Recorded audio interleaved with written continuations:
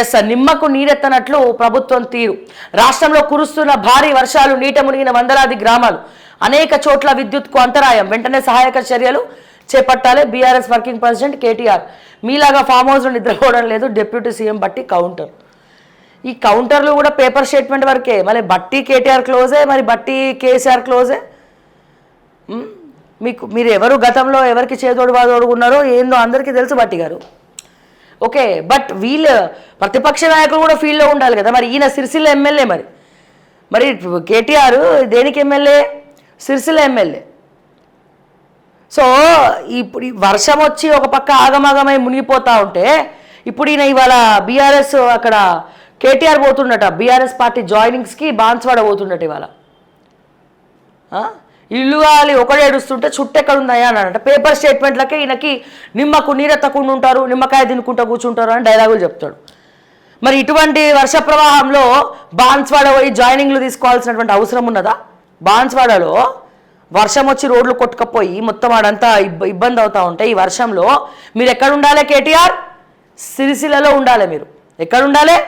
సిరిసిల్ల ప్రజలకు అందుబాటులో ఉండాలి. ఎస్, మీరు జాయినింగ్స్ అంటే తీసుకోవాలి, తప్ప అంటలేము. కానీ వర్షాలు పడినప్పుడు ఈరోజు అవసరమా? ఆ వర్షంలో మొత్తం ఆ జిల్లా కామారెడ్డి, మొత్తం నిజామాబాద్, నిర్మల్ అంతా రెడ్ అలర్టే ప్రకటించారు. మెదక్ మరి ఇంత కుండపోత వర్షంలో సునామీల కార్లు వేసుకొని పోయి మరి అక్కడ జాయినింగ్లు వేసుకొని మీరు మాజీ మంత్రి ప్రశాంత్ రెడ్డి, ఆ మిగతా వాళ్ళు మీరు అందరూ వర్షం వస్తుంటే కూడా మీకు ఏం సోయలేదా? మీ నియోజకవర్గాల్లో ఉండాలని తెలియలేదా? ఎస్, ప్రతిపక్ష పాత్ర గవర్నమెంట్ని ప్రశ్నించాలి. కానీ ఎప్పుడు మనం పాటించినప్పుడు మీరు సిరిసిల్లలో ఉండి ఒక సిరిసిల్ల ఎమ్మెల్యేగా, ఒక ప్రతిపక్ష నేతగా, ఒక హుందాతనంతో గవర్నమెంట్ని క్వశ్చన్ చేస్తే నిజంగా చూడముచ్చటగా ఉంటుంది, అందంగా ఉంటుంది.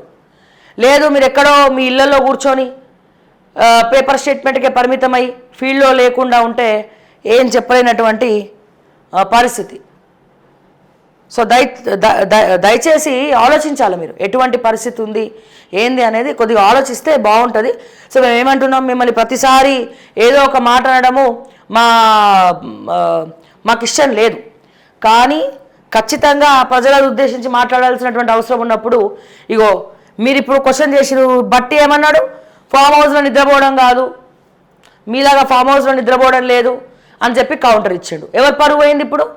అదే మీ ఎమ్మెల్యేలు నియోజకవర్గాలలో ఫీల్డ్లో ఉంటే బాగుంటుంది, సిరిసిల్లలో ఉంటే బాగుంటుంది, జనాలకు అందుబాటులో ఉంటే బాగుంటుంది. ఇంత వర్షంలో కూడా బాన్స్వాడ పోయి మేము జాయినింగ్లు చేసుకుంటాం, వర్షంలో తడుచుకుంటారండి, గొడుగులు పట్టుకొని రండి. ఎందుకు ఇవన్నీ అవసరమా సార్?